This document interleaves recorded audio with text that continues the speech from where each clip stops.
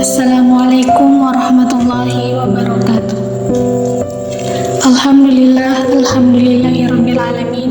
Wassalatu wassalamu ala asyrafil anbiya'i wal mursalin sayyidina Muhammadin wa ala alihi wa sahbihi ajma'in. Amma ba'du. Teman-teman sekalian, ketika kita berbicara tentang kehidupan, pertama dan paling utama, marilah kita memanjatkan puji syukur atas nikmat Allah yang senantiasa tercurah kepada kita. Termasuk diantaranya adalah nikmat kesehatan dan nikmat iman, seperti yang kita rasakan saat ini.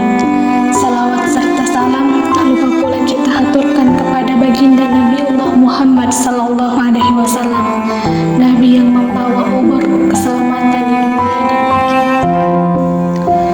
Teman-teman sekalian yang insyaallah dirahmati oleh Allah, semoga selalu dijaga hatinya oleh Allah agar selalu percaya dan yakin kepada Allah Subhanahu wa taala.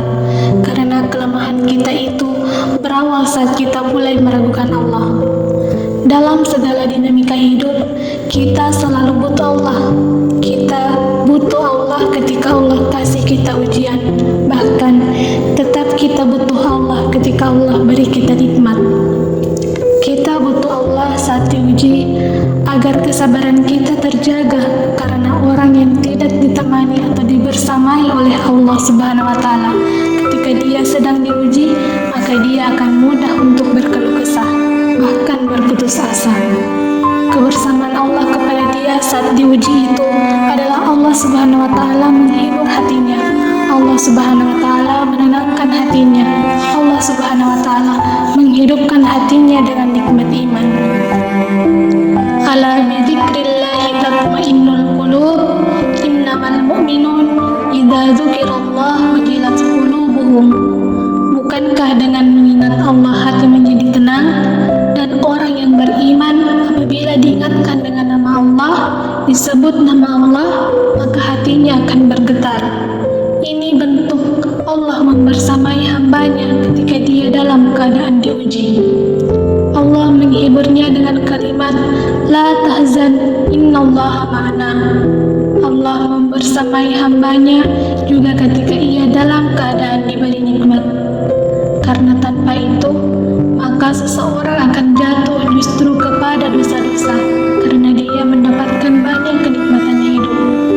Jika Allah Subhanahu wa taala tidak menjaga dia saat dia diberi nikmat, maka nikmat itu justru menjadi jalan bagi dia untuk terjerumus kepada banyak dosa.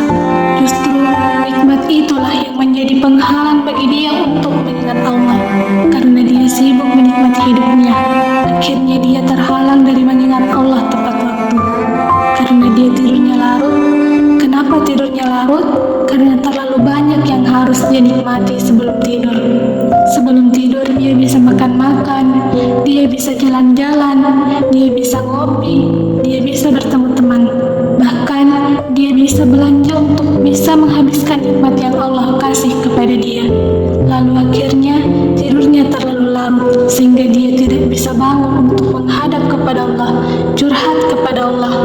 Hal yang selama ini dia lakukan, justru ketika dia diuji oleh Allah, mudah bagi dia untuk bangkit tengah malam, curhat tengah malam, sujud panjang, dan menangis dalam doa. Ketika Allah kasih nikmat, curhatnya hilang, malamnya gelap, sampai bahkan subuhnya juga terlewat.